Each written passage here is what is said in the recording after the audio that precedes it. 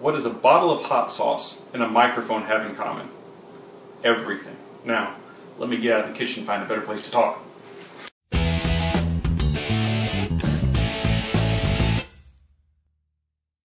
Hi, I'm Chris Huff from BehindTheMixer.com. Now, in a recent newsletter, I talked about some creative uses for instrument microphones, and listed a few microphones. Those included the AKG Perception 170 and the Shure PG81.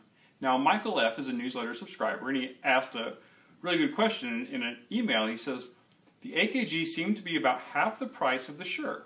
Normally, I'm a Shure fan, but intrigued about the AKG price. Any reason I should hold out for the Shure? Well, he asks a great question, and it's easy to look at two instrument microphones and jump straight to the price, but there's really a whole lot more to it than that, and that's where we get to the hot sauce. Now it is time to talk hot sauce. I'm an amateur connoisseur of hot sauce. Sauce I, sauce Anyway, I love hot sauces and all the wonderful flavors they bring, whether it's from Scotch bonnet, that tastes great with a fish, or hey, you want to fix up a pizza? Skip the red crushed pepper, go with a nice jalapeno. There's even a, would you believe it, a dessert hot sauce? Anyway, my love for hot sauces aside, let's talk about how hot sauces have anything to do with microphones. When I open my refrigerator door and looking for a hot sauce to go with whatever meal I'm making, I'm looking for a hot sauce with three characteristics, and that is, does it pair well with the food that I have? Does it present the amount of heat that I want? And does it put the heat in the right place? For example, with habanero, it gives a nice warm heat in the back of the throat, works its way forward. Jalapenos, bam, right in the front. But let's look at now microphones and really those three characteristics in much the same way.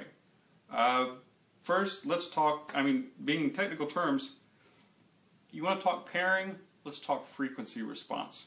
You want an instrument microphone that responds to frequencies that best go with that instrument, whatever that might be. Let's, for example, pick a snare drum. What pairs well with a snare drum? Well, the Shure SM57, perfect mic for that.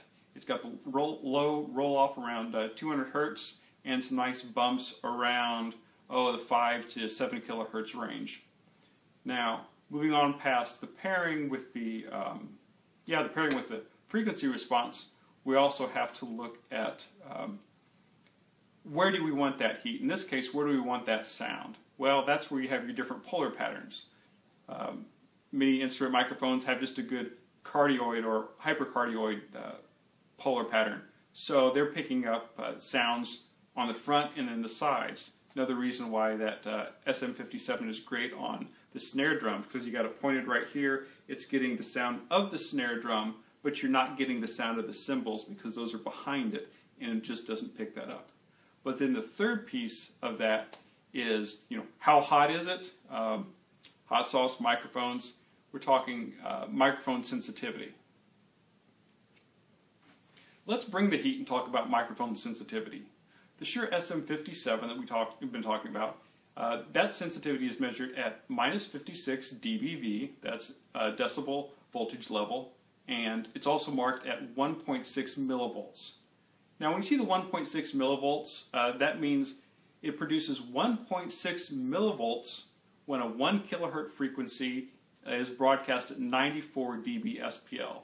And that 1K 94 dB, that's the standard to use when calculating sensitivity.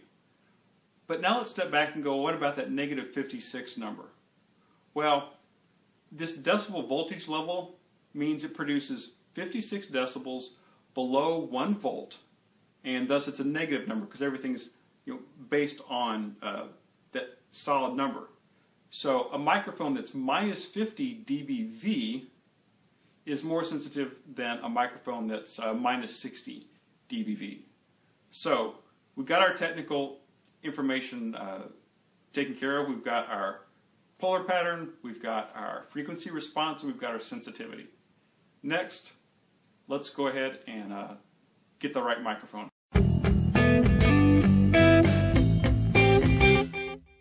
So let's compare microphones, the AKG Perception 170 and the Shure PG81. So first thing we're going to start with is, let's go with something easy. Let's go where you're going to bring the heat. Well, that's our polar patterns. Both microphones are cardioid. Going to pick up sound in the front, pick it in the top, nothing behind it. Next, let's move to sensitivity. These are pretty similar. The AKG is a minus 38 dBV, and the Shure is minus 48 dBV. So again, both very sensitive microphones. But this is where our similarity is going to stop. Now we're going to turn to a frequency response. So, it's going back to picking the right pairing. The AKG is really flat until we get to around the 9 kilohertz area, and then we're talking about a 5 decibel bump. Now, compare that to the Shure, significant roll-off under 400 hertz, and then there is a bump in the higher end. It starts around the 3 to 4K area, and it goes all the way up to, I think, around 12 kilohertz. And that's, again, a 4 to 5 decibel bump in that area. So between these two microphones, sensitivity, polar pattern, we're talking almost the same. But frequency response is a big difference. Which microphone should Michael get? Guess what? It depends. It depends on the usage. It depends on, really that's it. It depends on the usage. That's the biggie. Is he going to use it for overheads, for drums? Is it going to be used as an all-around pull it out when you need it, got to mic a guitar? Is it going to be used, in any number of places on a drum kit?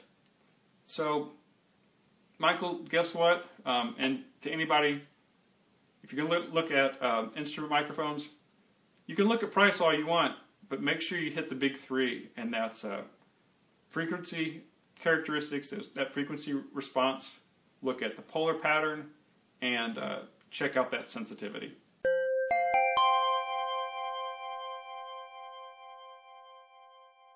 Thanks for watching the video. Quick thing here, do me a favor, below, put your comments. I know there are many different characteristics of microphones we need to take into consideration when making the right purchase, but those are really the big three we all need to consider. It's definitely not just price, and especially that frequency response. But do me a favor, below, drop some comments in. Let me know what you thought of the video, the content.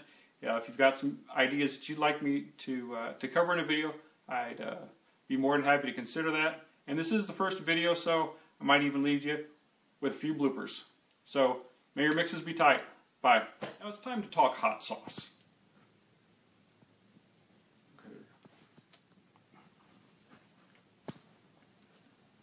When I open my